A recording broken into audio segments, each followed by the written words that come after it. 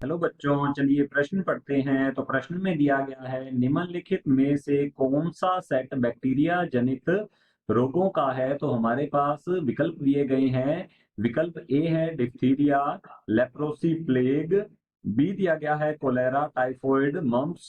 सी दिया गया है मलेरिया, मम्प्स, पोलियोमाइलाइटिस। और डी दिया गया है टेटनस, ट्यूबरक्लोसिस और मीजल्स। तो इस प्रश्न की मुख्य अवधारणा के बारे में हम जान लेते हैं। तो यहाँ लिखेंगे मुख्य अवधारणा। मुख्य अवधारणा है जीवाणु जनित रोग। तो लिखेंगे यहाँ पर जीवाणु जनित रोग। यदि हम जीवाणु जनित रोगों की बात करें तो ये ऐसे रोग होते हैं, ऐसे संक्रामक रोग, ऐसे संक्रामक रोग जो जीवाणु के जो जीवाणु के संक्रमण से उत्पन्न होते हैं। जीवाणु के संक्रमण से उत्पन्न होते हैं, उत्पन्न होते हैं, जीवाणु जनित रोग कहलाते हैं। तो यहाँ लिखेंगे हम जीवाणु जनित रोग, जीवाणु जनित रोग कहलाते कहलाते हैं। उदाहरण के तौर पर हम यहाँ लिख सकते हैं तपेदिक, जिसे ट्यूबरक्लोसिस भी कहा जाता है। इसके अलावा हम यहाँ लिख सकते हैं प्लेग, डिप्थीरिया, प्लेग, डिप्थीरिया। और यहाँ हम लिख सकते हैं कुष्ठ रोग। कुष्ठ रोग जो होता है, ये सारे के सारे रोग जो हैं ये हैं हमारे पास, जैसे कि तपेदिक, प्लेग, डिप्थीरिया और कुष्ठ रोग जो है ये जीवाणु जनित रोग होते हैं। तो चलिए देखते हैं हम हमारे प्रश्न को। तो प्रश्न में पूछा है कि निम्नलिखित में से कौन सा सेट बैक्टीरिया जनित रोगों का है, अर्थात जीवाणु जनित रोगों का है। तो पहला दिया गया है डिप्थीरिया। यदि हम बात करें डिप्थीरिया की, डिप्थीरिया जो है यह एक जीवाणु जनित रोग है। और यदि हम नाम लिखें इसके जीवाणु जो कि उत्पन्न करता है डिप्थीरिया, उसका नाम है कोरोनी बैक्टीरियम, कोरोनी बैक्टीरियम, बैक्टीरियम डिप्थीरियाई, कोरोनी बैक्टीरियम डिप्थीरियाई। यह इसके जीवाणु का नाम है, रोगजनक जीवाणु का नाम होता है। और ये बिल्कुल सही है, यह जीवाणु जनित रोग है। दूसरा दिया गया है लेप्रोसी।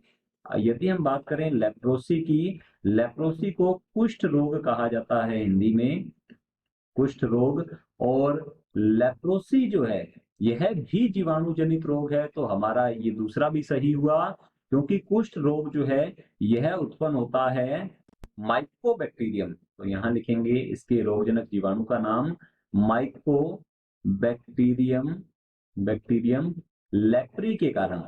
ये है इसका रोगजनक बैक्टीरिया या जीवाणु माइकोबैक्टीरियम लेप्री, जो कि कुष्ठ रोग या लेप्रोसी उत्पन्न करता है। तीसरा यदि हम बात करें तो तीसरा हो जाएगा हमारे पास, यहाँ प्लेग लिखा गया है। तो प्लेग के बारे में जान लेते हैं। प्लेग, और प्लेग जो है यह भी एक जीवाणु जनित रोग है। प्लेग होता है यर्सीनिया पेस्टिस। तो यहाँ लिख सकते हैं यर्सीनिया पेस्टिस नामक जीवाणु के कारण, यर्सीनिया पेस्टिस नामक जीवाणु के कारण होता है। तो तीनों ही जीवाणु जनित रोग हैं और हमसे यही पूछा गया है कौन सा सेट बैक्टीरिया जनित रोगों का है। तो हमारा पहला विकल्प बिल्कुल सही उत्तर है। बी दिया गया है कोलेरा, कोलेरा अर्थात हैजा। और हैजा जो है वह विब्रियो कोलेरी नामक विषाणु के कारण होता है। टाइफॉइड हो रहा है साल्मोनेला टाइफी नामक एक बैक्टीरिया या जीवाणु के कारण। और मम्प्स होता है, यह भी एक वायरस जनित या विषाणु जनित रोग है। तो इसमें दो विषाणु जनित रोग है। तो हमारा बी जो ऑप्शन दिया गया है ये गलत है। सी दिया गया है मलेरिया, यह प्रोटोजोआ जनित रोग है, प्लाज्मोडियम के कारण होता है। मम्प्स होता है विषाणु के कारण। और पोलियोमाइलाइटिस या पोलियो होता है पोलियो वायरस के कारण। तो हमारा सी जो ऑप्शन दिया गया है ये भी गलत है।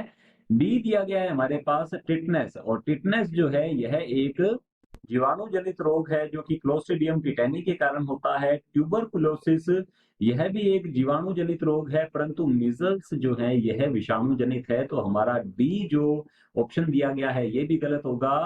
पहला विकल्प ए विकल्प जो है डिप्थीरिया, लेप्रोसी और प्लेग, ये तीनों ही जीवाणु जनित रोग होते हैं, बैक्टीरिया जनित रोग हैं, तो हमारा पहला विकल्प बिल्कुल सही उत्तर है। आशा करता हूँ आपको समझ में आया होगा। धन्यवाद।